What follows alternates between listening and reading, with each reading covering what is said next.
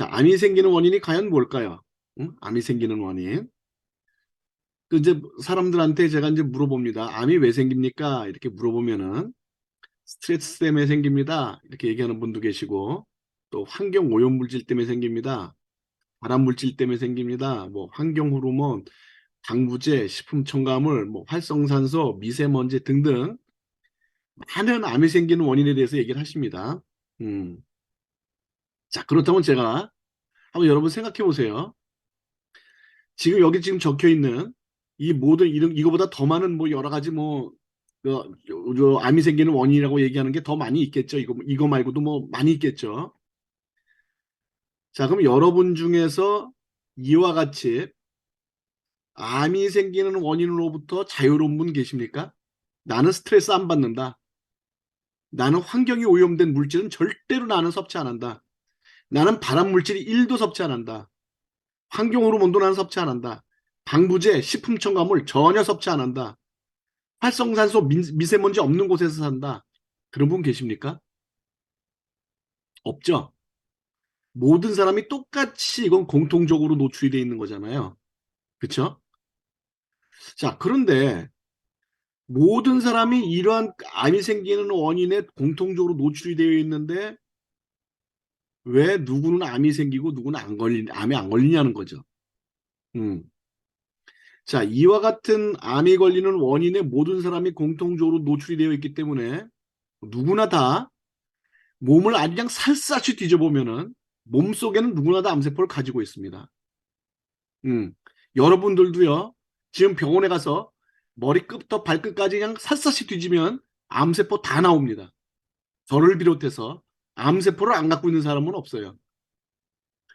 그런데 왜 누구는 이 암이 질병이 되고 누구는 질병이 안 될까요? 운이 나쁜 사람이 질병에 걸리고 운이 좋은 사람은 질병에 안 걸리는 걸까요? 그렇지가 않아요. 응? 자, 그러니까 이 암이 생기는 원인에 노출되어 있다고 전부 다 암에 걸리는 건 아니라는 거예요. 자, 우선 이제 그 세포의 재생주기라는 걸 보면은요, 우리의 모든 세포는 죽고 다시 생성되기를 반복합니다. 그냥 어릴 때부터 있던 세포가 지금까지 남아있는 사람은 하나도 없다는 거예요. 그래서 여기서 세포가 이렇게 자라 올라오면서 세포가 재생돼서 자라 올라오면서 여기에 있던 원래 있던 낡은 세포는 사멸돼서 계속 죽는단 말이죠. 음. 그래서 우리가 일정한 조직의 모양을 유지하게 돼 있단 말이에요. 자, 근데 세포에 따라서 이제 평균 수명이 다 다릅니다. 제일 평균 수명이 짧은 세포가 난자예요. 난자. 난자는 24시간. 하루면 죽습니다. 정자는 72시간. 한 3일 정도 살 수가 있어요. 위벽세포는요. 2일에서 3일 만에 한 번씩 바뀝니다. 그러니까 위벽세포는 이렇게 그 재생이 되면 한 2, 3일 있다가 죽어버리고 또 새로운 세포가 그 자리를 메꾸고 하는 식으로 됩니다. 피부세포는 약 28일. 이게 그 세포가 자라나서 머물다 죽는데 수명이 한 28일. 그 다음에 적혈구, 우리 그 피 속에 있는 적혈구는 약 한 3개월. 이 정도 되고요. 췌장세포는 12개월에서 18개월 정도 수명을 갖고 있고요. 우리 뼈세포 있잖아요. 뼈. 뼈도 계속 죽고 계속 뼈가 또 생성이 되고 그러거든요. 뼈가 한 번 있으면 그대로 그냥 유지되는 게 아니라 뼈세포도 계속 없어지고 또 새로 생기고 없어지고 새로 생기고 그걸 반복합니다. 뼈세포 같은 경우에는 한 번 자라면 한 7년 정도, 뼈세포를 한 번 자라나면 한 7년 정도 유지가 되다가 없어집니다. 그럼 가장 오래 수명이 가장 긴 건 뭐냐? 지방세포예요. 지방세포. 한 번 생기면 8년 동안 안 없어집니다. 그러니까 여러분 살이 찌면 살이 안 빠지는 이유가 지방세포가 제일 질긋질긋해 아주 그냥. 질긋질긋하게 그냥 오래 살아남습니다. 자, 이와 같이 모든 세포는 죽고 다시 이제 재생되기를 이제 반복을 하게 되는데, 자, 이렇게 그 세포마다 수명이 다르잖아요. 자, 우리 몸에 똑같은 우리 몸인데 어떤 건 일찍 죽고 어떤 건 늦게 죽고 이런단 말이죠. 그거는 뭐냐면은 우리 세포의 유전자 속에 세포의 수명을 결정하는 유전자가 있다는 거예요. 그래서 우리 그 세포 속에는 자살 유전자라는 게 있는데 P50일 유전자라는 거는 아까 그 세포마다 수명이 다 다르다 그랬잖아요. 자, 피부세포다. 그러면 28일 만에 죽도록 한단 말이죠.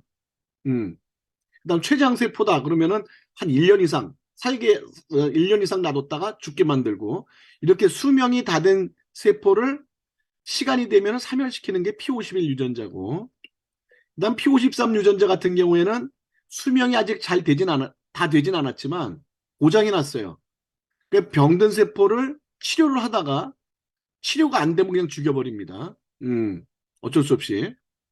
자, 이런 P51 유전자, P53 유전자 같은 게 이렇게 있어서 우리 몸속의 세포들은 각각의 수명을 갖고 있고 그 수명 내에서 계속 새로운 세포가 자라고 죽구를 반복하는 거예요.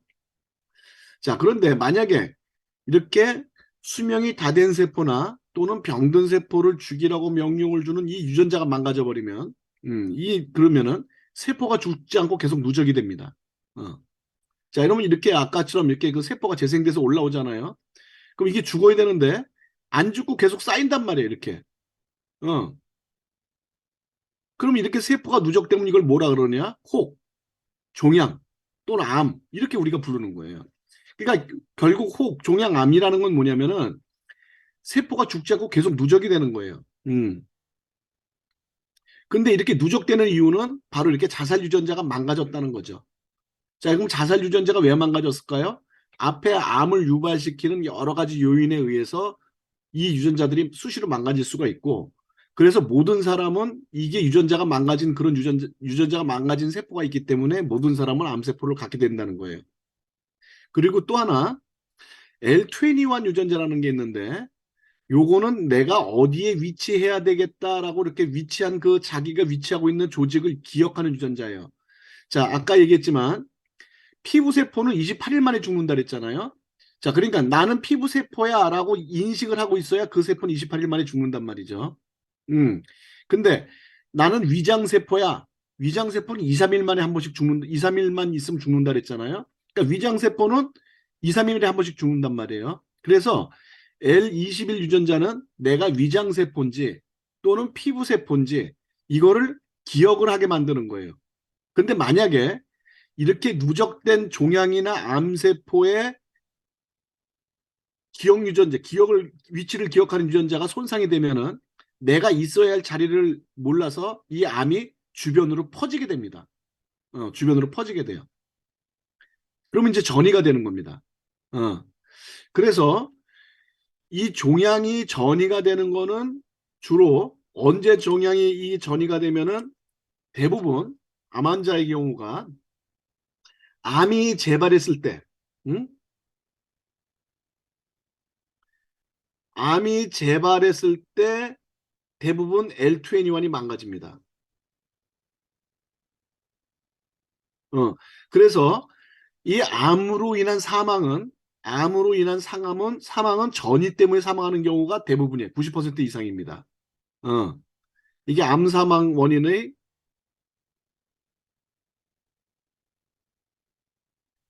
90% 이상이에요. 자, 그러니까는 우리가 암에 걸려도 치료를 해서 완치가 된 다음에 암이 재발하지만 않는다면, 그러면 암으로 죽을 가능성은 상당히 낮은 겁니다. 그런데 문제는 암을 암이 생겼다 치료가 된 사람이 다시 재발하게 되면은 그때는 요게 잘못하면은 암이 전이가 되면서 사망률이 급격히 상승한다는 거예요. 그러니까 우리가 이 암은 생기지 않게 하는 것도 중요하지만 재발하지 않도록 만드는 게 굉장히 중요한 겁니다. 우리 생명하고 직결이 돼 있으니까. 자, 그럼 암 발생 원인을 제가 대충 말씀을 드렸는데 이걸 동영상을 통해서 한번 정리를 해보도록 하겠습니다. 개체는 성장하고 생존하면서 끊임없이 새로운 세포들을 만들고 기능을 다한 세포는 사멸하면서 개체의 항상성을 유지하게 되죠. 새로운 세포 분열과 분화, 그리고 세포 사멸은 개체의 생존을 위해 매우 정교하게 조절됩니다. 그러나 세포 분열 조절 이상으로 인해 죽은 세포보다 더 많은 수의 세포가 만들어지거나 세포 사멸에 이상이 생기면 많은 세포가 증식되고 정상적으로 자리를 잡지 못해서 볼록한 혹처럼 자리를 잡게 됩니다. 바로 이것을 우리는 그냥 암, 또는 신생물이라고 합니다. 제임스 유잉은 신생물을 조직이 유전적으로 변화되어 지속적으로 성장하는 것이라고 정의하기도 했습니다. 지속적 세포 분열은 왜 일어날까요? 그건 바로 암 유전자의 과도한 활성화와 암 억제 유전자의 결함 때문입니다. 또한 암 억제 유전자의 결함이 있어도 비정상적 세포 분열이 일어납니다. 예를 들어 암 억제 유전자인 P53은 세포 내 DNA 손상이 있으면 세포 분열 과정을 멈추고 DNA 손상을 수선하도록 합니다. 만약 DNA 손상이 치명적이면 세포 소멸을 유도하여 변이된 세포가 생기지 않도록 하죠. 그러나 P53의 결함이 있으면 DNA가 손상된 채로 세포 분열이 계속해서 일어나 더 많은 돌연변이가 축적되어 암을 유발합니다. 이렇게 만들어진 돌연변이 중 악성 종양은 빠르게 증식하고 치명성이 있어 다른 부위로 침범하고 전이하여 전이암을 만듭니다. 또한 세포의 분화도가 낮아 세포 본유의 기능을 못하는 경우가 많아 치료가 어렵습니다. 그래서 암으로 인한 사망 원인의 90%가 바로 암 전이 때문입니다. 그렇다면 암 전이는 어떻게 일어날까요? 지속적인 세포 분열로 암이 자라면서 영양소와 산소가 부족해지면 암은 이 문제를 해결하기 위해 암 주변에 혈관 형성을 촉진하여 영양소와 산소를 공급합니다. 뿐만 아니라 암세포는 형성된 혈관 안으로 들어와 온몸으로 순환하면서 다른 장기로 가서 자라나며 이것을 암의 전이라고 합니다. 이와 같이 암세포가 혈관을 통해서 계속 다른 그 조직으로 퍼져나가지만 아까 얘기했듯이 L21이라고 내가 어떤 조직에 속해 있는 세포라는 것만 기억을 하고 있으면은 얘가 다른 조직에 붙어도 거기서 살아남을 수가 없어요. 그런데 자기 위치를 기억하는 유전자까지 망가진 요 암세포가 돌아다니게 되면 아무데나 붙은 데서 잘 자란다는 거죠. 그래서 전이가 이제 되게 되는 겁니다. 자, 그러면은 이 암이 생기면은 병원에서는 어떻게 치료하느냐 하면 거는 어떻게 치료를 하냐면은 병원 치료는 한마디로 얘기한다면은 암세포를 제거하는 겁니다. 자, 병원의 치료는 뭐예요? 암세포를 제거하는 거예요. 자, 그러면은 수술요법이 있죠. 자, 요거는 외과적 수술로 암세포를 직접 잘라내는 겁니다. 그래서 이 암세포가 이렇게 그 크게 있으면 그걸 잘라내는데 그러니까 온몸으로 이렇게 씨앗이 이제 그러니까 막 암세포들이 막 퍼져나가갖고 온몸으로 막 전이가 되잖아요. 자, 이런 거는 너무나 잘라낼 부분들이 많아지기 때문에 전이돼 남은 수술이 불가능합니다. 그러니까 전이 되기 전에는 이 수술요법으로 치료가 가능하겠죠. 자, 두 번째는 항암요법인데 앞에 그 동영상에서 봤듯이 암세포는 빠르게 성장하기 위해서 주변에 혈관을 막 만들어서 주변에 있는 영양소를 독식을 합니다. 특히 암은 우리 몸속에 있는 세포랑 똑같은 거기 때문에 단백질이 많이 필요해요. 그래서 단백질이라든지 이런 것들 혈관을 만들어내서 그 단백질이라든지 주변에 있는 영양을 쭉쭉 빨아들인다는 거죠. 그래서 자기 혼자 막 열심히 큽니다. 그래서 항암요법이라는 건 뭐냐면은 암 성장에 필요한 영양을 차단해 버리는 거예요. 특히 이 단백질이 많이 필요하기 때문에 단백질을 차단을 시키는 겁니다. 자, 그러면은 어떤 일이 벌어지냐면은 이와 같이 암세포는 혈관을 주변에 만들어서 이 혈관으로부터 영양과 단백질을 공급받아서 급격히 성장하게 되죠. 그래서 이렇게 암세포가 혈관을 생성하지 못하도록 억제를 하고 단백질을 차단시키는 게 항암요법이에요. 자, 그런데 문제는 뭐냐면은 이와 같이 혈관을 재생시키고 단백질을 공급시키게 되면은 정상적인 세포가 아까도 얘기했지만 계속 새로운 세포가 자라고 또 낡은 세포는 죽고 이게 반복이 돼야 되는데 새로운 세포가 재생되는 데 필요한 단백질까지도 차단이 된다는 거예요. 그리고 혈관을 억제해버리니까 또 혈관이 있어야 되는 그런 부분도 혈관이 잘 자라지 못해갖고 굉장히 부작용이 큰 게 이 항암요법이에요. 음. 그렇지만은 당장 생명이 위험하니까 항암요법을 하게 되는 거예요. 자, 그래서 항암요법을 하게 되면 단백질이 차단되니까 단적인 예로 단백질이 많이 필요한 머리카락 있잖아요. 머리카락은 계속 자라야 되기 때문에 많은 양의 단백질이 필요하거든요. 근데 단백질이 차단되고 또 이 그 머리카락이 계속 자라기 위해서는 아주 미세한 혈관으로 계속 혈액을 공급해 줘야 돼요. 영양을 공급해 줘야 이렇게 머리카락이 자라게 되는데 항암제로 그게 차단이 되니까는 항암제를 먹는 동안에는 탈모가 일어나게 되는 겁니다. 어. 그게 탈모만 일어나는 게 아니라 우리 몸속의 모든 세포 속에서 그와 같은 어, 일이 일어나기 때문에 내 몸이 항암요법으로 굉장히 많이 데미지가 많이 망가져 버리는 거예요. 근데 암에 더 급하기 때문에 몸이 망가지는 거를 감수하고 항암요법을 하는 겁니다. 음. 자, 그다음에 이제 세 번째 어떤 걸 하냐면은 방사능 요법을 하는데 이건 뭐냐면은 아까 암세포가 있으면 암세포 씨앗들이 막 퍼진다 그랬잖아요. 그러니까 암세포 주변에 있는 씨앗까지 소멸시키기 위해서 방사능을 쪼이게 되는데 이거는 수술이나 항암제를 쓰기 어려운 환자들에게 이제 보통 하는 시술법인데 이와 같이 이제 여기 암이 여기 있다. 암이 여기 있다 그러면은 방사능을 이렇게 쪼인다는 거죠. 그러면 방사능이라는 게 치료가 되는 게 아니라 조직을 파괴시키는 거거든요. 그러니까 조직을 파괴시키는 거기 때문에 암세포를 파괴할 수 있는 거 아니에요? 자, 그러니까는 방사능 치료를 하게 되면은 암세포뿐만이 아니라 이렇게 암세포가 이 암세포 있는 데까지 가는 동안에 여기 있는 조직 세포까지 정상 세포까지 다 파괴가 된다고요. 다 망가져요. 음. 뿐만이 아니라 어, 어떤 게냐면 이걸 계속 반복할 경우에 장기 또는 염증 같은 게 생길 수가 있고요. 그 다음에 이 방사능 피폭 부위에 새로운 암이 또 생길 수도 있어요. 여러분 그 후쿠시마 아시죠? 그 저 원자력 발전소 터진 데 일본에 거기에는 방사능이 아직도 많아서 사람이 접근을 못 하잖아요. 만약에 방사능이 암을 치료하는 거라면 암 환자들은 전부 다 거기 가면 암이 치료가 되겠네요. 말이 안 되는 얘기죠. 오히려 방사능에 피폭이 되면 새로운 암이 생긴단 말이죠. 그래서 이 방사능 요법도 엄청나게 많은 부작용이 있는 요법입니다.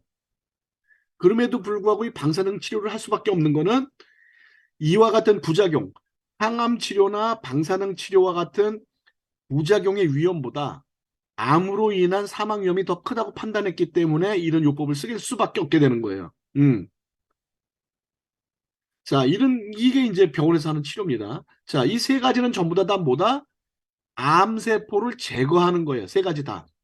방사능 요법이든 항암 요법이든 수술 요법이든 전부 다 암세포를 제거하는 거예요. 어. 자, 그러면은 암세포를 제거하고 난 다음에 병원에서 5년 생존율이란 말 들어보셨을 겁니다. 5년 생존율. 자, 이 5년 생존율이라는 건 뭐냐면은 암세포 치료가 끝난 다음에 5년이 지난 시점까지 그 암 치료를 한 환자가 생존해 있을 확률을 5년 생존율이라고 그러는 거예요. 음. 자, 그러면은 5년 나는 암 치료가 끝나고 난 다음에 5년 동안 생존을 했으니까 나는 완치가 됐다. 이렇게 생각하시면 큰 오산입니다. 이거는 완치 개념이 아닙니다. 이거는.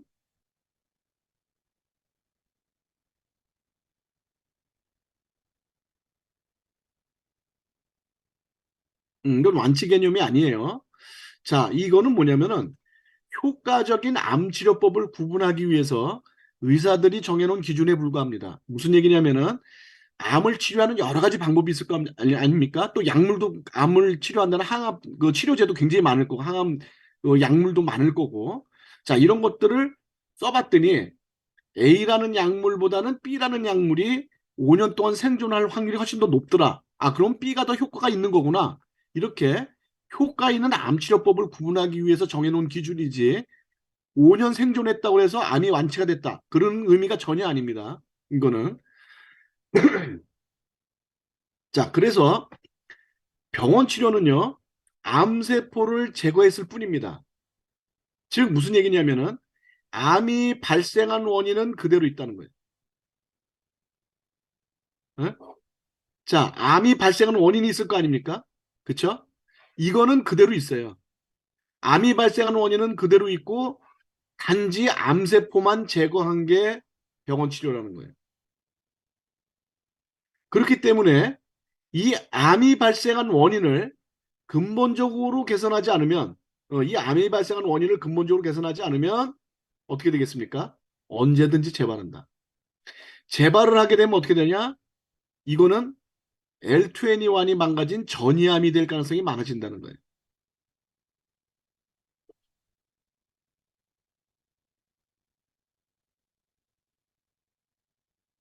자, 그러니까 암 환자들이 병원 치료를 하고 5년 생존율만 찰떡까지 믿고 있다가 이 암 발생 원인이 그대로 있어갖고 나중에 재발해서 전이암을 만들어서 돌아가시는 경우에 되면 얼마나 억울하겠습니까?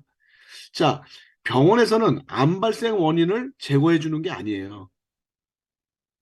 그래서 암 환자들은요, 내가 왜 암이 발생했는지 그 원인을 알아야지 병원 치료를 통해서 내가 암을 완치했다. 이렇게 생각하시면 큰 오산이라는 거예요. 정말 그렇게 되면 나중에 이런 그 전이암이 생길 가능성도 무시할 수가 없다는 거예요. 음. 이렇게 암이 발생한 이 근본 원인이라는 건 뭐냐면은 어떤 사람은 암이 발병하고 어떤 사람은 왜 발병하지 않느냐 그 이유하고 똑같은 겁니다. 음. 자, 한번 볼게요. 자, 암이 발생하는 원인은 뭐냐면은요. 자, 이렇게 정상세포가 있고 암세포, 요게 이제 암세포입니다. 요 암세포가 이렇게 있다는 거예요. 자, 자, 그러면 누구나 다 이 암세포를 갖고 있다 그랬어요. 누구나 다. 암 환자뿐만이 아니라 일반인들도 이 암세포가 다 있다 그랬습니다. 자, 그럼 이렇게 암세포가 생겼다. 그럼 어떻게 되느냐면은 T세포가 진단을 해요. 어, 진단을 했다가 이거 보니까 얘가 암세포네. 그러면 이 암세포에다가 사이토칸이라는 표적 물질을 묻힙니다. 이렇게 묻혀놔요. 얘 암세포야 죽여야 돼. 이렇게 이게 그 사이토칸을 묻혀놓으면은 NK 세포라는 이렇게 이제 요렇게 보면은 요게 지금 이제 저기 막 T세포입니다. 요게. 이렇게 T세포가 다니면서 빨간 이 사이토카인을 막 이렇게 내뿜어서 암세포한테 묻히는 거예요. 이게. 이렇게. 어, 이렇게 사이토칸이라는 거를 갖다 그 T세포가 돌아다니면서 암세포를 발견하면 이 사이토카인을 이렇게 내뿜는단 말이에요. 자, 이렇게 사이토카인을 내뿜으면은 자, 이렇게 암세포에 붙어서 T세포가 이렇게 막 여기 그 형광 물질로 되어 있는 이 사이토카인을 묻혀 놓는단 말이에요. 이렇게. 여기 형광색으로 되어 있는 요 물질 요거 있죠. 요 이제 사이토카인 이렇게 묻혀 놓는단 말이에요. 이렇게 묻혀 놓으면은 NK 세포가 와서 얘를 공격해서 암세포를 파괴시키는 거예요. 그러면 이 NK 세포는 요 사이토카인이 묻어 있는 세포를 무조건 공격하는 거예요. 음. 자, 그래서 이 NK 세포가 이렇게 이제 이렇게 그 암세포가 이렇게 있으면은 이렇게 암세포가 있으면은 여기에 사이토칸이 묻어 있다. 그러면은 이렇게 NK 세포가 와서 이 안에 구멍을 뚫고 안에다가 소금물을 집어넣어서 펑 터트려 갖고 죽여버립니다. 암세포를 죽여버립니다. 음. 그러니까 이렇게 암세포를 죽이려 그러면은 요 T세포가 여기다 사이토칸이라는 표적 물질을 묻혀야 돼요. 그리고 NK 세포가 건강해야지만 이렇게 암세포가 죽습니다. 그러면은 암에 걸리지 않는 사람은 T세포와 NK세포의 면역세포들이 건강한 사람들은 암세포가 생겨도 이와 같이 암세포를 다 사멸시켜버린다는 거예요, 몸에서. 어. 자, 그렇다면은 암이 발병하는 가장 큰 원인은 뭡니까? 바로 이거예요. T세포와 NK세포가 건강하지 않아서 그래요. 그런데 병원에서 T세포하고 NK세포의 건강을 그러니까 건강하게 해주는 그런 치료법이 있습니까? 암세포만 제거하지 이 면역세포를 올리는 치료법은 없잖아요. 그러니까 완치가 아니라는 거예요. 그러니까 완치가 아니라는 거예요. 이걸 올리지 않으면 언젠가는 다시 암이 재발된다는 겁니다. 어. 이거를 꼭 알고 계셔야 돼요. 많은 사람한테 병원을 아주 맹신하는 거, 물론 병원에 가서 치료를 받아야 되겠지만 의사한테 자기 목숨의 모든 걸 맡겨버리는 건 상당히 위험한 거예요. 내가 해야 될 부분들이 분명히 있는 겁니다. 어. 자, 그래서 병원 치료는 면역을 올려주는 게 아니기 때문에 이 면역을 올리는 건 누가 해야 되느냐, 면역 올리는 거. 이건 본인이 해야 된단 말이에요, 본인이. 어. 의사가 해주는 게 아니란 말이에요. 어? 어. 이걸 꼭 알고 계셔야 돼요. 그러니까 이걸 자꾸만 이제 병원 의사만 치료하는 거지, 니네들이 뭘 안다고 그래. 그게 아니라니까요. 의사들이 하나 해야 되는 부분이 있고 본인이 해야 되는 부분이 있다는 거예요. 그걸 알고 그거를 도움을 받을 수 있는 거는 도움을 받아야 된다는 거예요. 음. 자, 그럼 T세포가 앞에서 그 굉장히 중요하다 그랬는데 T세포의 역할을 잠깐 좀 보고 가겠습니다. T세포는 특별한 면역세포다. 가슴의 흉선이라는 기관에서 훈련과 학습을 통해 성장하는데 흉선을 뜻하는 단어인 타이머스의 T를 딴 T세포라 불린다. 훈련에 따라 T세포는 다양한 역할을 하는 세포들로 세분화되는데 역할에 따른 이름들이 있다. 킬러 T세포는 명칭 그대로 병원체를 직접 공격해 죽인다. 기억 T세포는 특정 병원체를 기억해 병원체가 침입했을 때 신속하게 맞선다.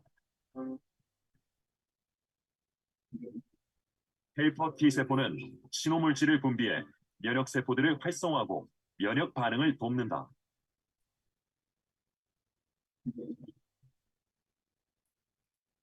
고절 T세포는 헬퍼 T세포와 같은 다른 면역세포들의 면역 반응을 줄여주거나 적절하게 조절하는 역할을 한다.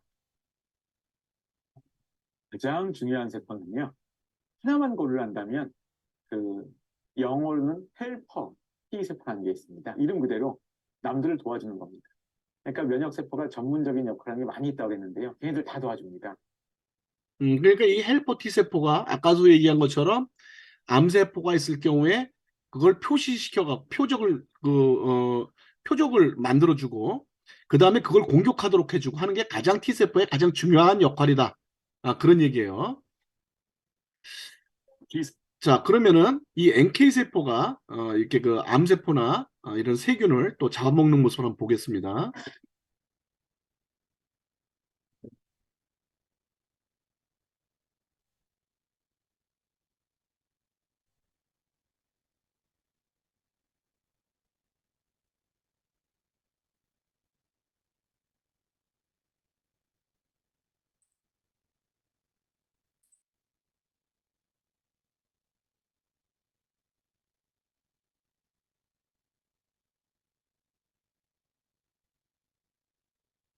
어째 암을 이기기 위해서는 면역력을 올려야 된다. 누구나 다 하루에 수천 개씩 암세포가 생기지만 우리 면역만 높아지면은 별 문제 없다는 거예요. 그러니까 암에 걸렸다 하더라도 면역을 올려줘야 된다는 거죠.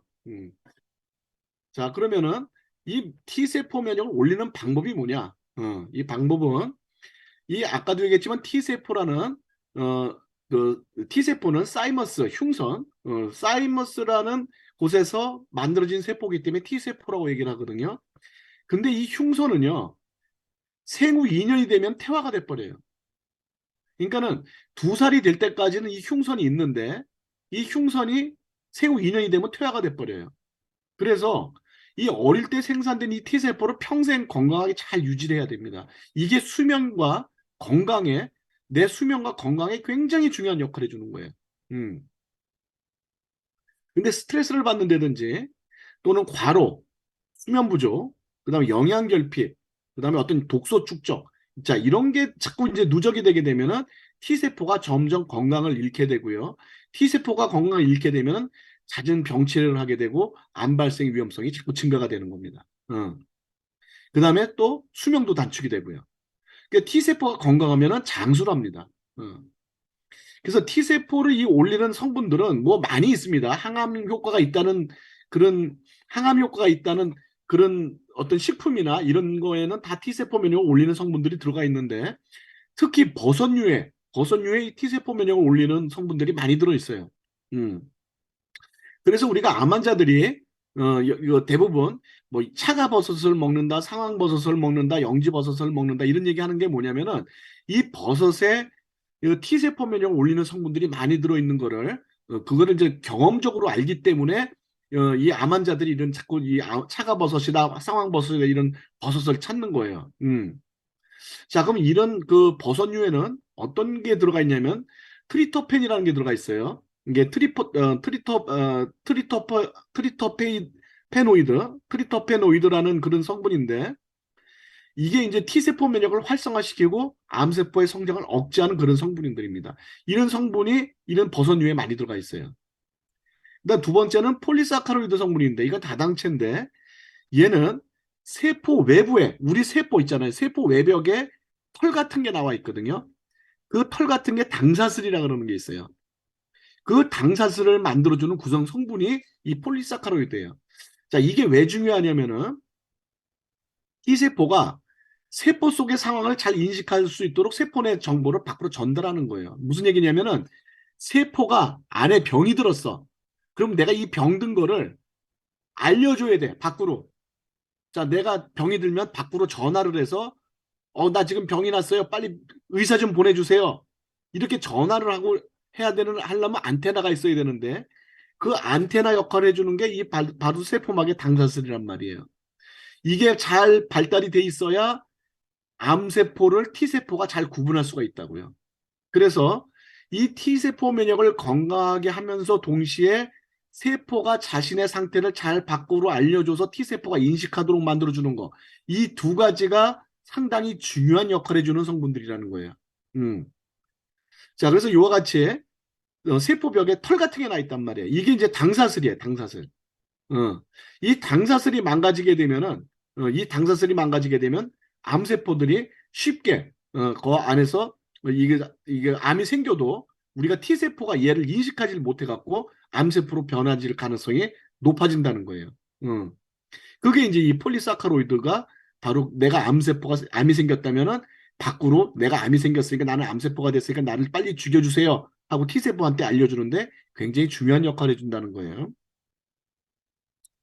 자, 근데 이제 그 레이시맥스라는 게 이제 영지버섯에서 추출한 이제 그런 아까 얘기했던 트리토펜이라든지 폴리사카로이드라든지 이런 거를 추출한 그런 그 제품인데 유기농으로 그 재배한 영지버섯에서 유효 성분만 추출했어요. 그래서 이 그 영지버섯이 이 자실체라는 게 있고 그다음에 포자가 있는데 이건 씨앗이죠, 씨앗.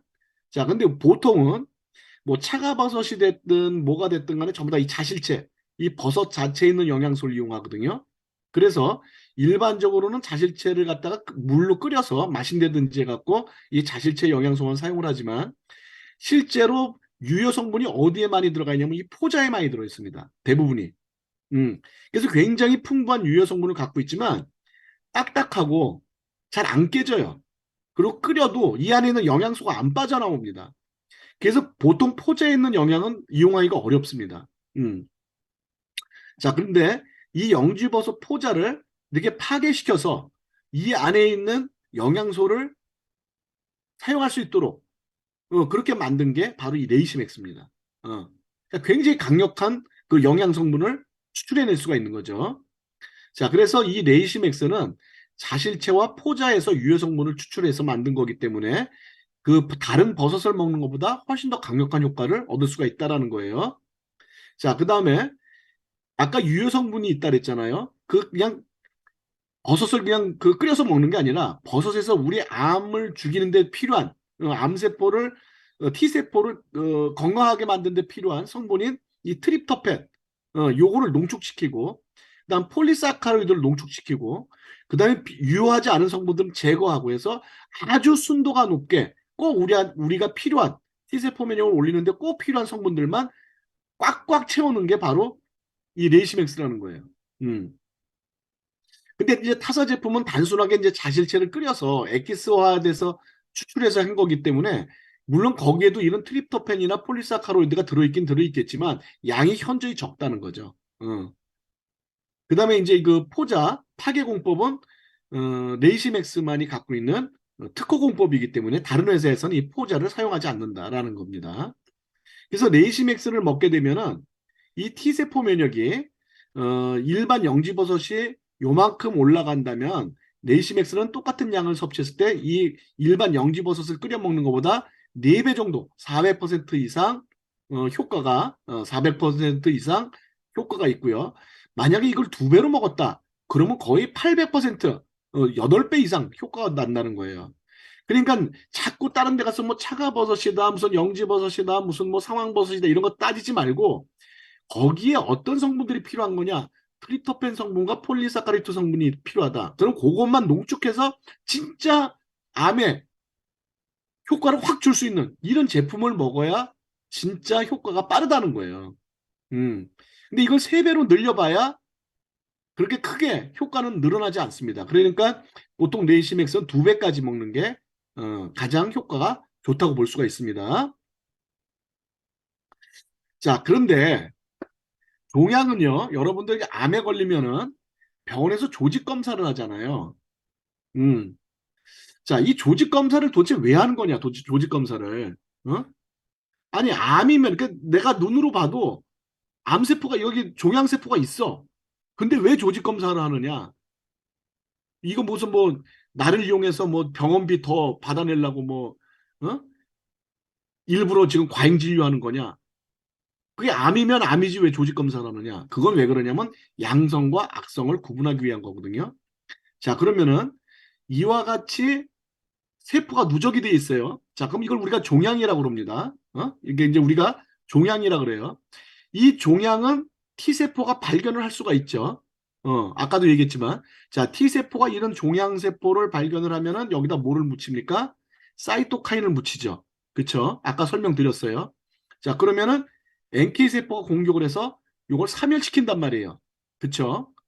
자, 그런데 이거를 이렇게 우리가 그 T세포가 발견을 해서 사이토칸을 묻혀서 NK세포가 공격할 수 있는 이런 상황의 종양이면은 우리가 양성종양이다 이렇게 불러요. 자, 그런데 만약에 자, 똑같은 이 암세포 덩어리인데 이 종양 덩어리가 티녹스라는 물질을 분비합니다. 티녹스를 분비해요. 그러면은 T세포가 얘를 발견을 못합니다. 자, 암세포도 살아있는 생명체이기 때문에 자기가 죽지 않으려고 그런단 말이에요. 죽지 않으려고 하는데 이 T세포가 와서 자기한테 뭘 묻히면 자기가 죽는다는 걸 알게 돼요.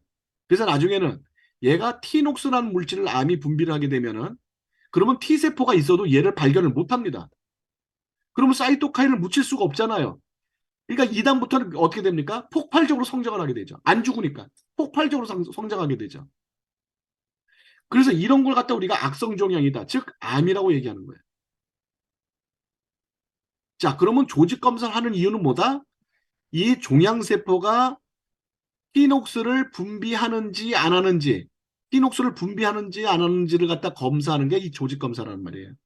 그래서 티녹스를 해봤더니만 티녹스를 분비하지 않는다. 그럼 양성종양이다. 그러면은 이건 그냥 표적 관찰해 봅시다. 그냥 관찰합시다. 이렇게 하고 티녹스를 분비하는 악성종양이다. 그럼 바로 수술하든지 항암요법을 하든지 이렇게 이제 치료가 들어간다는 거죠. 그래서 양성종양이면은 이제 그 병원에서는 추적 관찰합시다 이렇게 얘기를 한단 말이죠. 그렇죠? 치료하는 게 아니라. 자, 그럼 추적 관찰하다가 놔두면 어떻게 됩니까? 시간이 지나면은 어? 시간이 경과하면은 결과적으로 이 양성종양이 되는 거예요. 그럼 병원에서는 뭐예요? 이게 아직은 양성종양이니까 악성이 될 때까지 기다립시다. 그 얘기랑 똑같은 거예요. 추적 관찰하자는 얘기는 아직 양성종양이야. 악성될 때까지 기다려. 그랑 똑같은 얘기예요. 그런데 만약에 이 양성종양일 때 이렇게 T녹스를 분비하지 않을 때 이 T세포 면역과 NK세포 면역을 높여놓으면 어떻게 되겠습니까? 그러면 스스로 치료가 가능하죠. 악성종양으로 안 가죠. 그러니까 추적 관찰을 할 때 면역을 올려주면은 악성종양으로 안 가는 거예요. 근데 이걸 모르고 병원에서 추적 관찰합시다 그러니까는 그냥 추적 관찰할 때까지 같이 그냥 넉넉히 앉아있으면 이게 나중에 악성종양이 돼서 암으로 변한다는 거예요. 자, 그러니까 이건 병원에서 치료하지 않고 추적 관찰하지만 이때는 스스로 면역을 올려줘야 된다고요. 자, 악성 종양은 암세포가 티녹스를 분비해서 이제 면역세포로부터 숨어버리기 때문에 이때부터는 어떻게 됩니까? 수술을 한다든지 항암 치료를 한다든지 이런 적극적인 치료가 이제 병원에서 시작이 되는 거죠. 자, 이거를 검사하기 위해서 조직 검사를 하는 거예요. 양성 종양인지 악성 종양인지 확인하기 위해서. 자, 그런데 이 악성 종양은 이미 티녹스를 분비한 상태이기 때문에 이제는 버섯을 먹고 아까 그 영지버섯이나 이런 걸 먹고 T세포 면역을 높여도 발견을 못 한다니까요. 이거는 이때가 되면은 그러니까 아주 골치 아파지는 거예요. 이제 예? 이미 이 양성 종양일 때는 이 T세포 면역만 올려줘도 쉽게 이 암세포를 억제할 수가 있지만 악성 종양이 되면은 T세포 면역을 올려줘도 이게 치료가 잘 안 된다는 거예요. 물론 주변에 이제 그 암 씨앗이 뭐 그렇게 퍼지고 그러는 걸 완전히 막을 수는 있겠죠. T세포들이 찾아내서 죽이니까. 그러나 이미 티녹스를 분비한 이 암세포 자체를 죽이는 건 그렇게 쉽지가 않다는 거예요. 음. 자, 그런데 다행스럽게도 폴리페놀이라는 성분이 있는데 이 폴리페놀은 녹차라든지 베리류에 다량 포함이 돼 있는데 이 폴리페놀이 암세포의 티녹스 분비를 억제하는 그런 성분이에요. 암세포의 티녹스 분비를 억제합니다. 얼마나 다행입니까? 그죠? 자, 그래서 이와 같이 생긴 게 이제 폴리페놀인데 이게 이제 한 가지 종류가 있는 게 아니라 여러 가지, 아이고, 잠깐만요. 자, 이게 이제 여러 가지 종류가 있어요. 그래서 요게 이제 페놀기라는 거고 이 페놀이 여러 개가 붙어 있는 게 폴리페놀인데 자, 이게 이제 뭐 라스베라톨이라 해갖고 와인에 들어가 있는 것도 있고 토마토 파슬리에 들어가 있는 것도 있고 녹차에 들어가 있는 것도 있고 있는데 이 녹차에 들어가 있는 게 가장 강력해요. 녹차에 들어가 있는 게 가장 강력해. 자, 그러다 보니까 이 녹차에 있는 게 가장 강력한데 그 이 폴리페놀 중에서도 가장 강력한 폴리페놀이 바로 뭐 이 카테킨이라는 거예요. 카테킨. 음. 그래서 이걸 갖다가 97% 농축한 게 티그린 97이에요. 그러니까는 이 티그린 97에는요. 폴리페놀이 97% 아주 그냥 폴리페놀을 꽉 채워놓은 거예요. 그러니까 그냥 녹차를 먹거나 뭐 토마토를 먹거나 뭐 파슬리를 먹거나 이게 아니고 항암에 좋다는 음식을 먹는 게 아니고 그 속에서 암세포의 티녹스 분비를 억제하는 폴리페놀만 싹 뽑아서 아주 그냥 거의 100% 그것만 농축해 놓은 거예요. 그러니까 이런 거를 그냥 아무리 먹어도 이거 하나 먹는 것만 못하겠죠. 농축해 놓은 거니까.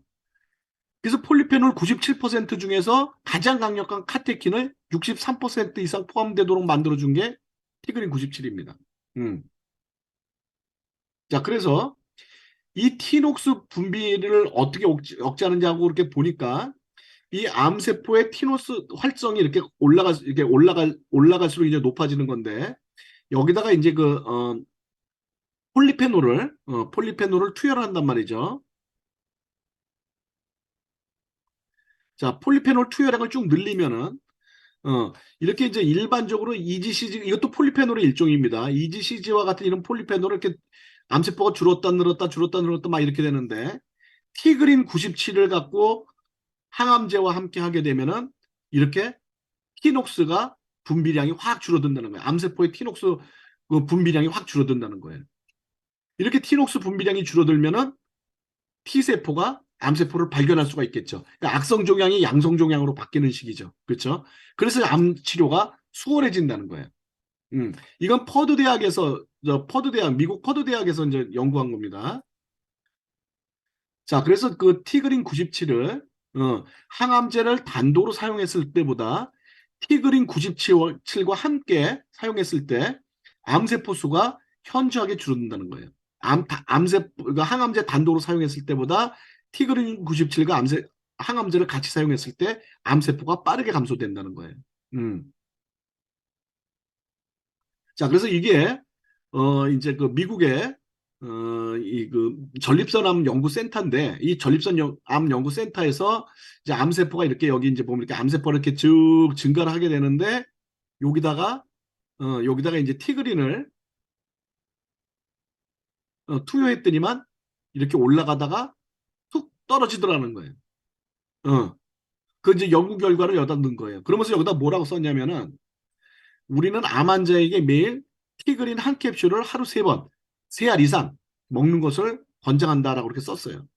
어. 그리고 그 밑에다가 이거 티그린 97은 여기 티그린 97 있죠? 티그린 97은 파마넥스 회사에서 만들고 요건 전화번호가 이거고 월요일부터 금요일까지 요렇게 그 저기 영업을 한다. 요거까지 다 써놨어. 요거까지 다 써놨어요. 암협회에서 먹으라 이거예요, 이거를. 어. 이게 일반인이 만들거나 어떤 대학에서 나온 게 아니에요. 이건 암협회에서 나온 거예요. 어. 자, 그래서 병원 치료와 함께 암 환자한테 도움이 되는 제품은 네이시맥스. 자, 이건 뭐냐면 T세포 면역을 활성화시켜서 암세포를 사멸하는 데 도움이 되고요. 그 다음에 세포막의 당사술을 복구해서 세포 내 정보를 활성화시킴으로써 이 암세포가, 암에 걸린 세포가 자신을 빨리 드러낼 수 있도록 만들어주고요. 그 다음 티그린 97은 암세포가 분비하는 티녹스를 억제시킴으로써 결과적으로는 악성종양이 아니라 양성종양이 만들게 돼서 그 이거 티녹스 면역세포가 아니라 T세포죠. T세포가 암세포를 쉽게 발견할 수 있도록 도움을 주는 게 티그린 97이라는 얘기죠. 자, 그런데 여기 하나 더 영양제를 먹어야 됩니다. 영양제. 여러분, 이걸 이제 잃으면 안 되는데 이게 뭐냐면은 면역 기능이나 또는 몸의 기능이 정상적으로 회복되도록 영양을 공급해 주는 거예요. 이거 굉장히 중요한 거라는 거예요. 굉장히 중요하다는 거예요. 자, 이게 왜 중요하냐면은 어떤 사람들은 이렇게 얘기하는 사람들이 있어요. 영양제를 먹으면 암도 무럭무럭 영양소를 빨아먹고 잘 자랄 거 아니냐. 그런 질문을 하는 사람들이 있거든요. 그렇게 실제로 의사들도 그렇게 생각을 하고 있었어요. 지금까지. 그래서 영양제 같은 건 함부로 먹지 마라. 암 환자들은 무조건 그 건강보조식품 먹지 마라. 이렇게 하는 의사들이 굉장히 많았어요. 근데 이게 달라졌습니다. 이게 이제 요새 달라졌어요. 자, 이걸 한번 그 암 박사님 한번 얘기를 들어볼게요. 잘 들어보세요. 암 치료 중 대부분의 주치의가 환자들에게 아무것도 복용하지 말라는 주의를 많이 합니다.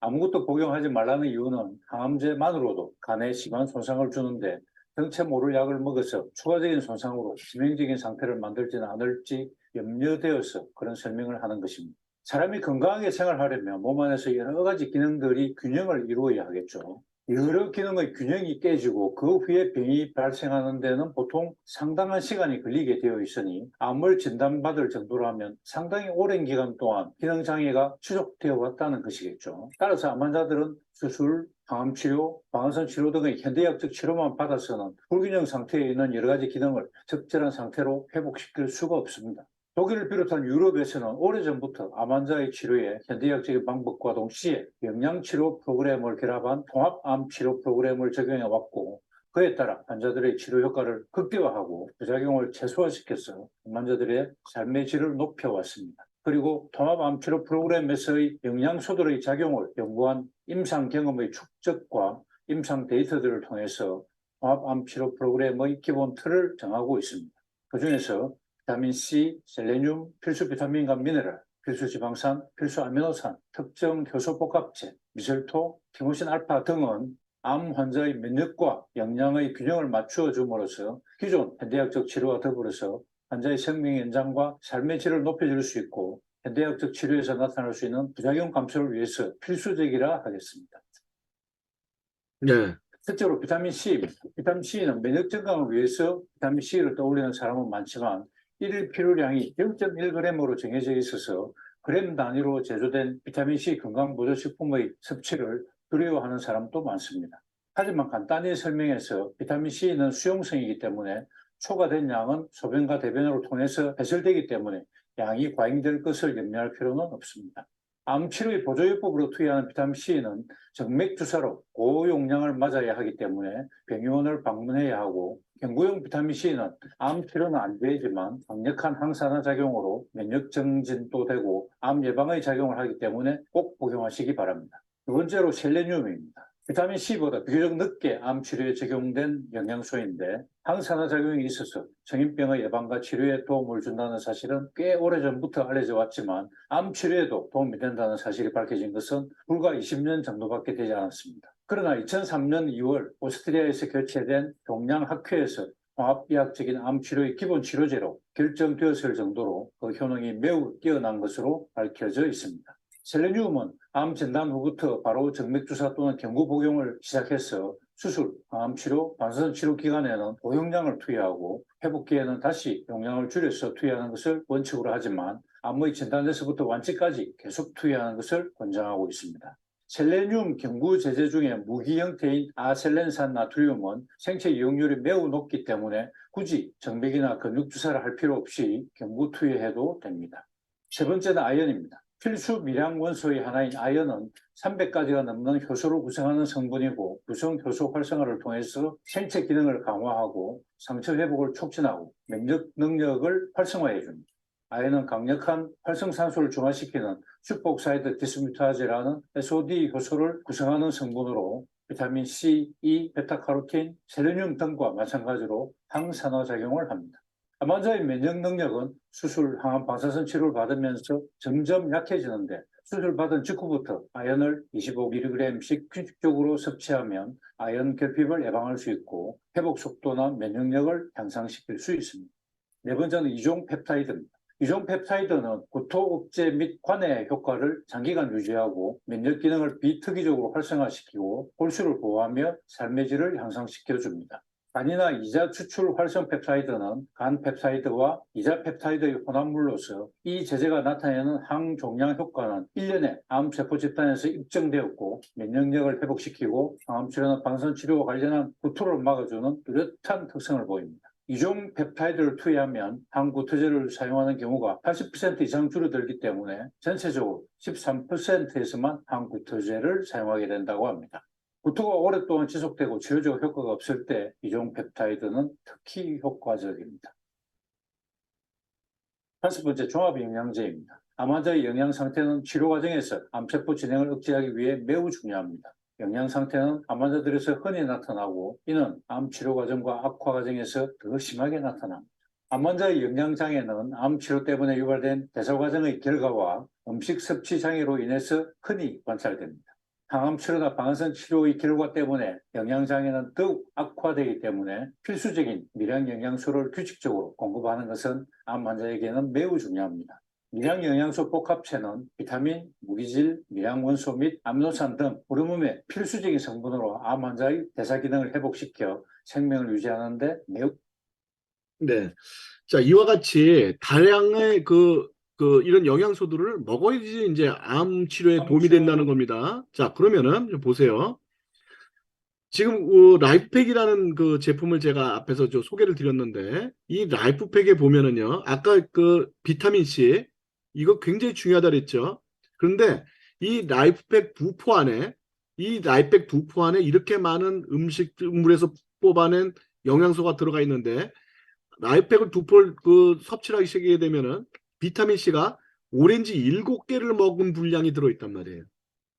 아까 비타민 C를 다량 섭취하라고 그랬잖아요. 그쵸?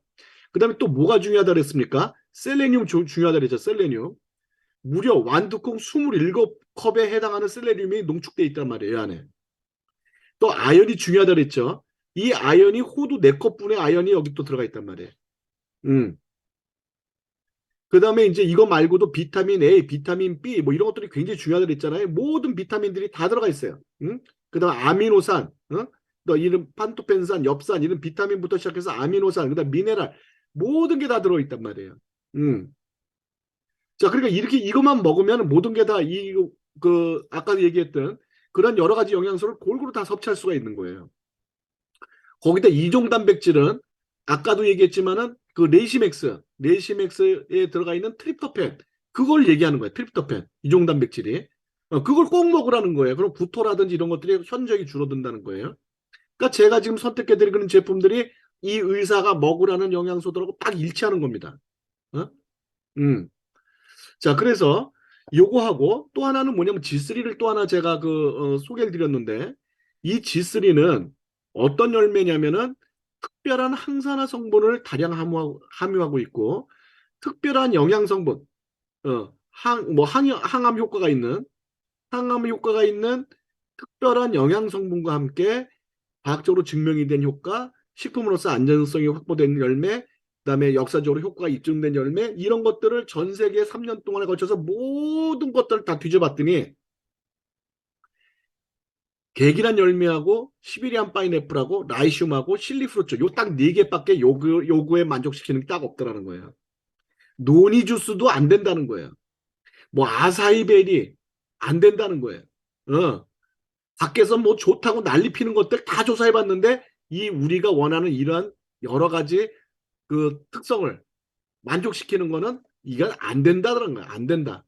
이런 이 계기라든지 시베리안 파인애플, 라이시움, 칠리브루츠 요것만 가능하더라는 거예요. 그래서 이거를 이용해서 만들었더니만은 자 요거 한 포에 아까 이 토마토 70개에 해당하는 라이코펜이 들어가 있어요. 암 예방 효과, 그다음 위암, 폐암, 이런 거 돈 이게 라이코펜이 토마토 70개분의 라이코펜이 여기 들어가 있어요. 방울토마토가 아니라 큰 토마토를 얘기하는 거예요. 그 다음에 강력한 항산화작용과 암, 특히 폐암에 효과적인 이 베타카로테인은 무려 당근 10개분의 베타카로테인이 요거 한 포에 들어있어요. 그 다음에 비타민C 굉장히 중요하죠. 비타민C도 암 유발 물질을 억제하는 작용을 해주는데 오렌지 60개분의 비타민C가 요거 한 포에 들어있어요. 그러니까는 라이프팩도 좋지만 이 G3도 특별히 암에 굉장히 좋다는 거예요. 근데 이게 더 훨씬 더 농축이 많이 돼 있기 때문에 암 환자한테는 라이프팩도 좋지만 이 G3를 더 많이 제가 권해드리는 편이에요.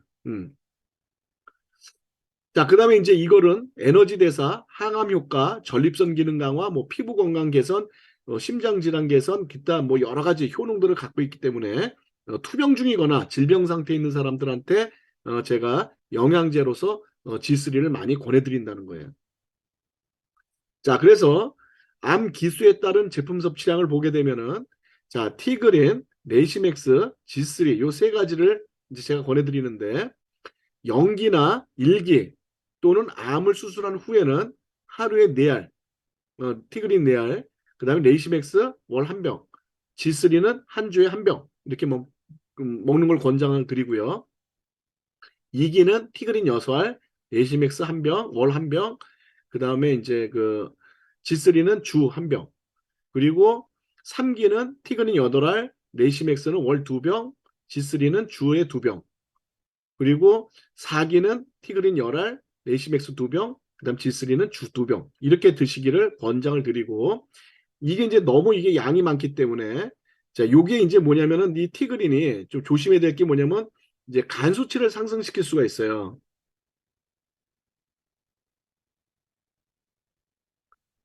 그렇지만은 아까 항암제도 간 수치를 상승시키거든요. 항암제도. 자, 그런데 이게 이제 4기 정도 되면 지금 이제 간 수치 올라가는 건 의미가 없어. 지금 암이 중요한 거지.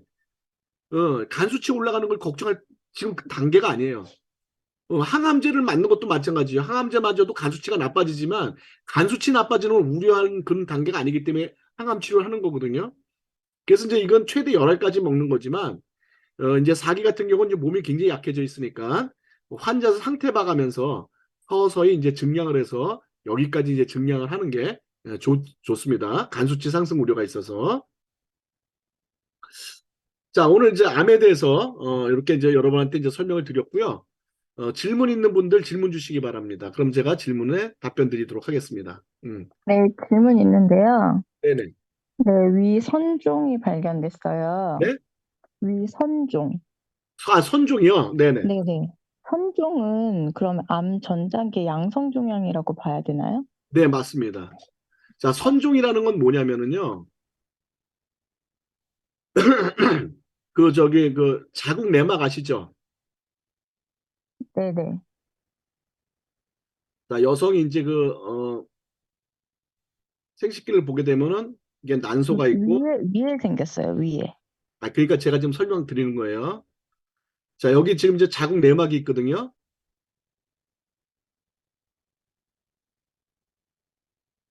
자, 이 자궁 내막이 있잖아요. 얘가 이제 그 생리를 하게 되면 딱 떨어져 나와서 이제 전부 다 배출이 되는데 이 자궁 내막이 이 찌꺼기가 싹 빠져나오지 않고 이게 역류해서 난소로 가면 난소에 가서 이제 그 선종이 생기고요. 그 다음에 이게 혈류를 통해서 폐, 자궁, 난소, 그 다음에 방광, 대장, 그 다음에 또 뭐, 유방 등등에 다 퍼집니다. 그래서 여기서 선종이 생겨요. 어. 자, 이거는 뭐냐면 양성종양입니다. 악성으로 갈 가능성이 있어요, 이거는. 그래서 요런 선종은 일반 암하고 일반 종양하고 조금 다르게 이 자궁 내막증 자체를 컨트롤 해줘야 돼요. 그래서 이런 거는 티그린, 레이시맥스, G3와 함께 에스테라를 드셔야 됩니다. 이거 조금 달라요. 이거 하나가 더 추가돼야 됩니다. 이해가 되셨습니까? 네네. 네, 다른 질문은 안 계세요? 그 위에 생기는 선종도 이게 원인인 건가요? 네네, 위에 생기는 것도 마찬가지입니다. 아, 네. 선종은 다 그럼, 그렇게 생기는 거예요. 그러니까 자궁 근선종 있죠? 네. 자궁 근선종도 똑같이 자궁 내막에 자궁 안으로 들어가면 자궁 근선종이고 이런 데 가서 달라붙으면 이런 데 가서 선종이 생기는 거예요.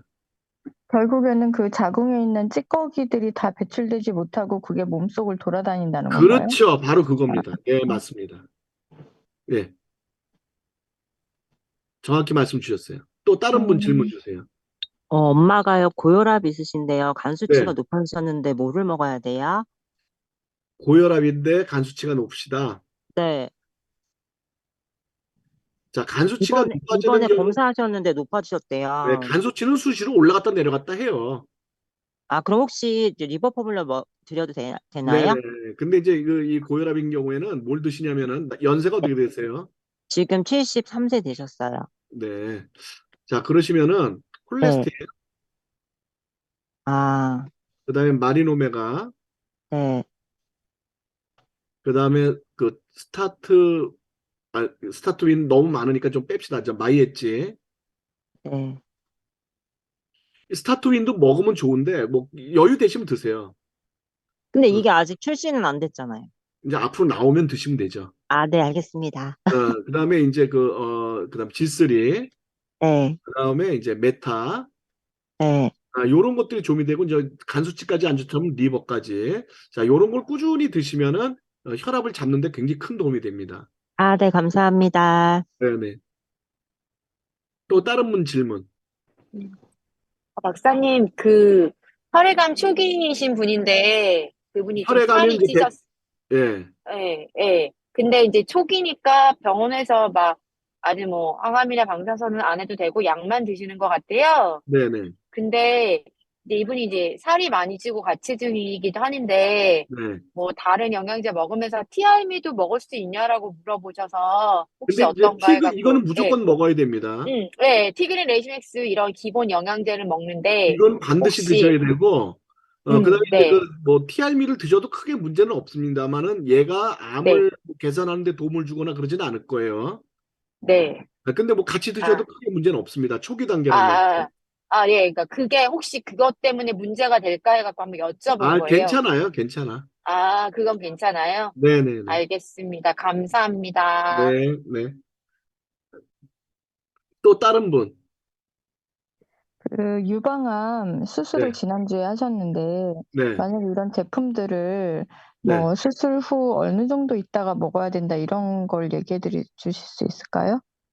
암은요, 무조건 안 그 순간부터 시작해서 완치가 될 때까지 계속 먹어야 돼요. 병원 치료에 관계없이. 자, 그러면 아까 제가 얘기했던 그 처방은요, 암을 인지한 순간부터 시작해서 암 치료가 완료되고, 그 다음에 1년 이상, 계속 복용해야 됩니다. 병원 치료 관계없이, 치료 여부와 관계없이.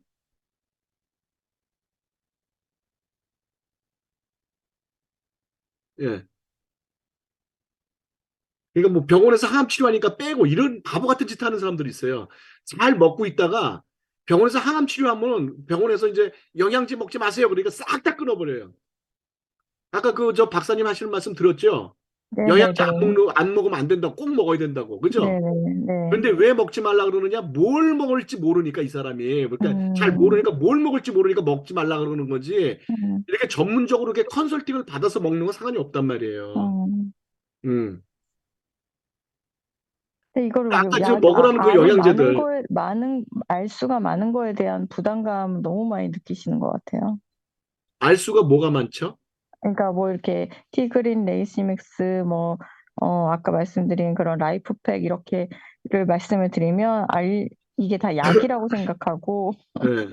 그러니까 너무 그럴 많이 때는 그러니까 그게 이 강의를 들으시라 그래야지. 네, 자, 말을 안 그 하고 항암 치료와 함께 미국에서는 독일이나 유럽에서는 이미 여러 가지 영양소를 같이 지금 투여한다고 돼 있잖아요. 네네네. 그 사실을 몰라서 그런다니까요. 그 동영상을 혹시 공유해 주실 수 있나요? 제가 아니, 찾아봐도 그건 이제 그거는 안 나오던데. 그거는 이거는 이게 저작권 문제 때문에 제가 좀 공개하기가 어렵고요. 아, 그러니까 이 아니 그 강의를 좀 강의에 유튜브 초대를 하세요. 초대. 강의. 이 강의를 혼자 듣지 마시고 아, 암 환자 초 그런가요? 암 환자분을 초대해서 이 강의를 듣게 하는 게 가장 네네네. 효과적이에요. 알겠습니다. 네네. 네. 또 다른 분 질문.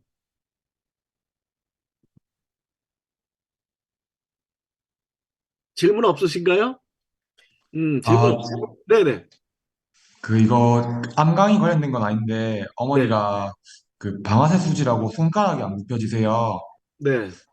근데 이제 이게 제가 인터넷을 찾아보고 하니까 이게 자, 이 당뇨나 이런 방아쇠 증후군은요, 이게 일종의 퇴행성 관절염이에요. 음, 자, 이 퇴행성 관절염이 우리가 네. 이제 보통 이제 뭐 무릎뼈만 이렇게 그 무릎 관절만 퇴행성 관절염이라고 알고 있는데 그게 아니고 이 손가락에 생기는 퇴행성 관절염을 방아쇠 증후군이라고 그러고요. 네. 손목에 생기면 터널 증후군이라고 그러고 이렇게 말이 다 바꿔놨는데 똑같이 퇴행성 관절염이에요.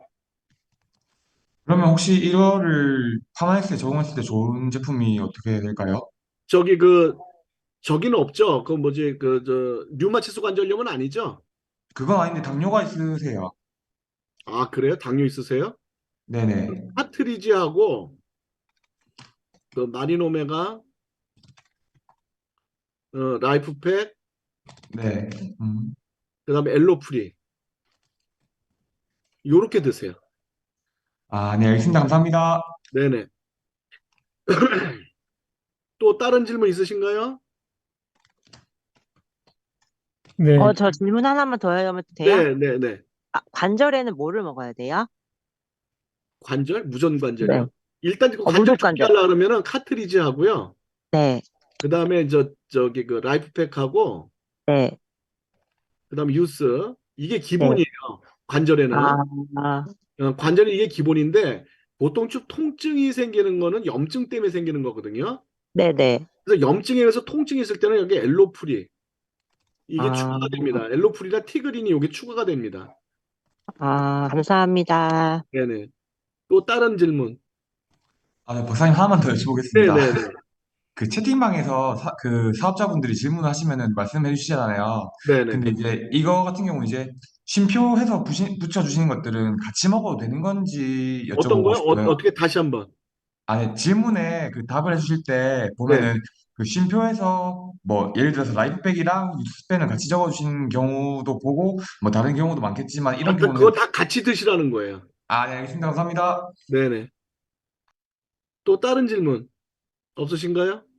여기 80 남자분이 네, 80 남자분이요? 네, 췌장암 사기로 몸에 네, 처리가 돼서 수술은 안 되고 네. 그냥 치유를 한다 그래가지고 지금 티그린 레이시믹스 G3를 먹고 있는데 저기 그 췌장암은요. 네네. 그 G3 대신 라이프팩 드세요. G3는 먹으면 안 돼요? 네, 레이시맥스 이렇게 드세요. 자, 어, 왜 그러냐면은요. 이 네, 췌장에서는 인슐린이 분비가 되잖아요. 네네. 근데 인슐린 분비가 이 췌장암 때문에 저하가 되면은 당뇨가 와요. 그렇죠. 그래서 이 당뇨에는 지스린을 안 먹거든요. 어, 그래서 라이프팩으로 바꿔주셔야 됩니다. 그러면 당뇨가 있을 때는 무조건 지스린 빼고 라이프팩. 네네네. 요렇게 드셔야 됩니다. 그리고 요번에 나온 티알미에서는 췌장암 여기에는 도움이 되는 게 없나요? 이 티알미 같이 드시면 더 좋습니다. 티알미 쉐이크도 상관없어요? 네네, 상관없습니다. 암을 원래 걸리면은 암 치료할 때는 이제 단백질을 원래 안 주는 게 제가 아는 이제 배운 거라서 그래서 그게 네네, 그거는 이제 제가 아까도 얘기했지만 이제 우리가 항암 치료나 이런 거 할 때 이제 단백질을 차단시킨다 그랬잖아요. 네네네. 자, 그런데 일반적으로 이 항암제 있죠. 네네. 이 항암제가 단백질하고 같이 집어넣어요. 무슨 얘기냐면 이 항암제를 보통 단백질에다 숨겨서 집어넣어줘요. 그러면 암이 열심히 빨아먹을 거 아니에요, 이거를요? 단백질을? 네. 그러면 암세포가 죽는 거예요. 이해가 음. 되셨나요? 이거 트로이 목마라고 아시죠? 네네. 그러니까 암이 좋아하는 이 단백질에다가 항암제를 숨겨 놓는다고요. 네. 그래서 이럴 때는 단백질을 드셔야 되는 거거든요. 네. 그러니까 항암 치료하는 동안에는 단백질 먹는 거는 병원에서 뭐라고 하지 않습니다. 음. 예. 그러니까 거꾸로 이 단백질을 빨아먹게 놔두는 거예요. 항암제가 들어가도록. 음. 예, 예. 그러니까 이 단백질 자체는 암을 성장시키지만은 네. 거꾸로 이 암이 성장하는 여기다 독약을 섞는단 말이에요. 독약을 섞어 놓는단 말이에요. 음. 그래서 죽이는 거거든요. 그러면 지금 항암을 안 하고 있을 때는요? 그럴 때는 병원에서 한번 의사분한테 한번 여쭤보세요. 그래서 먹어도 된다 그러면은 쉐이크 들어가도 되고 만약 네. 먹지 말라 그러면 빼세요. 그건 의사분이 판단을 하실 거예요. 그러면 티알미에서는 이제 쉐이크만 빼면 되겠네요. 만약에 네, 혹시 그런데 아까도 얘기했지만 단백질을 먹게 되면은 이 어떤 구토 증상이라든지 어지럼증이라든지 이런 증상들이 많이 줄어들어요. 오히려 예, 그러기 때문에 그 의사분하고 상의를 한번 하세요. 음, 단백질을 먹어도, 그러니까 쉐이크를 먹는다고 얘기하지 말고 단백질 고기 같은 단백질을 먹어도 되냐 이렇게 물어보라 그러세요. 먹어도 된다 그러면 이제 티알미 쉐이크가 도움이 되겠네요. 그렇죠. 그러면 쉐이크고 뭐고 다 들어가도 됩니다. 네, 네네. 알겠습니다. 네네. 또 다른 질문이 계신가요? 네, 다른 질문 없으면 오늘 여기까지 하고요. 박사님, 네. 네네네. 네네, 티알미 강의 들었었는데요. 네네. 아까 말씀드린 것처럼 관절염이랑 당뇨 있는 사람한테 티알미 같이 먹으면 상관없는 거죠? 혹시 몰라서 네네. 여쭤봅니다. 네, 상관없어요. 네네. 감사합니다. 네. 자, 오늘 여기까지 하고요. 내일은 또 이제 그 면역에 관련된 강의가 있거든요. 그래서 또 면역 강의 또 많이 참여해 주시고, 그리고 이제 소비자분들, 또 면역에 관심 있는 소비자분들 또 많이 초대해 주시기 바랍니다. 네, 수고하셨습니다.